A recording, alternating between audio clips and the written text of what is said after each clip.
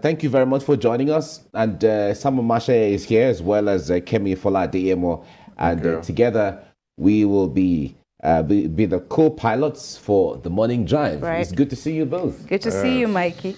Thank you. Good morning. Yeah, the debate is still on.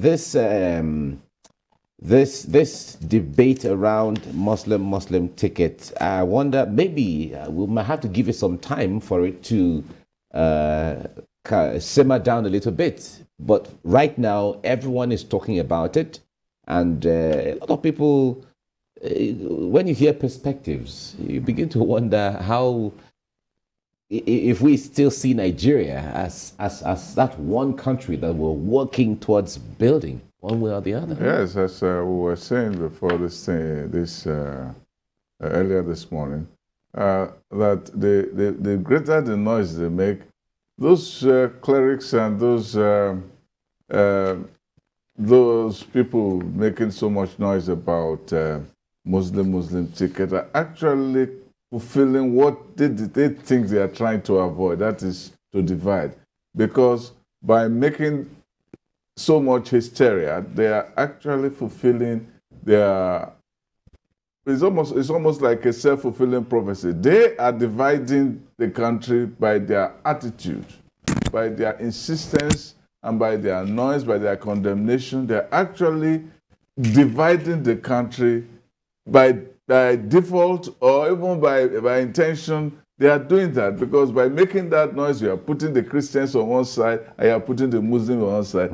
You are doing the division that you say you don't want to create, which is terrible. Which is still, and well, we were speaking about that a few seconds ago. You know how that by impliedly or expressly, deliberately or otherwise, these sentiments are not don't seem to be helping the country at the moment, because then we are even more aware of what separates us, quote and unquote, as against what should unite us. And that has always been the beauty of Nigeria, the fact that we have this amazing cultures, the mix of it, and of course, the religion, which should enhance peace if we all have mutual understanding and mutual respect for oneself or for ourselves. So these are pointers that we really need to work harder at nation building and enhancing nationhood among Nigerians. Yeah, we've often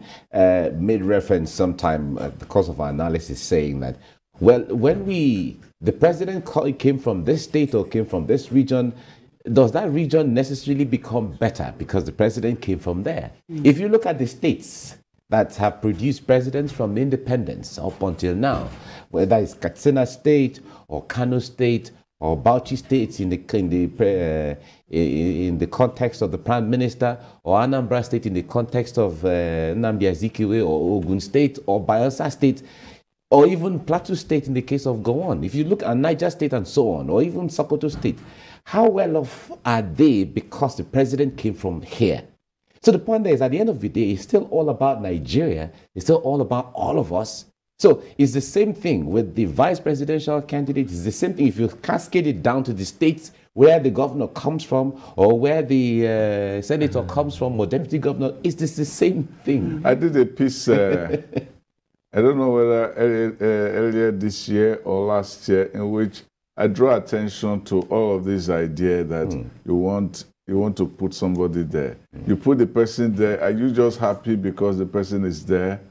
He's there, but you are poor. He's enjoying himself, and he's saying that he's representing you. But in the real fact, it's not really representing you. Your lives are not better. You put a Christian there, it doesn't mean the life of the Christian is better. You put a Muslim there, it doesn't mean the life of the Muslim is better. You put a Southerner there, it doesn't mean the Southerner is better. I've said it. I said even that in the history of this country, we have more Northerners who have been leaders of this country than Southerners. But the indices show that the North is lower in every index. So it is not where the person comes from, but who the person is and what the person delivers as a leader and as a shepherd of the Nigerian conscience, as the shepherd of the Nigerian system, and as the leader of the Nigerian people. So when you are there, we are looking for your wisdom, we are looking for your intellect, we are looking for your integrity, we are looking for your charisma. We're not looking for your tribe, because your tribe does not give you wisdom. Your wisdom is a result of your own inbreeding, of your own socialization, of your own training, of your own discipline, of your own parental background, and all of that. So when we put all of this together, we're actually chasing shadows rather than move ourselves into the reality that what we need is good leadership and not a Muslim or a Christian, because before all of this, you are all human beings. That's what, at the first place, that's what you are. We said it the other time that in the United States, they had this issue of, you know, especially after the Civil War, of not bringing in the South into the leadership. There was some kind of discrimination. I remember reading a book in which Lyndon Johnson, who was from Texas, a leader of the U.S. after Kennedy, you know, died, and he did a lot of reforms.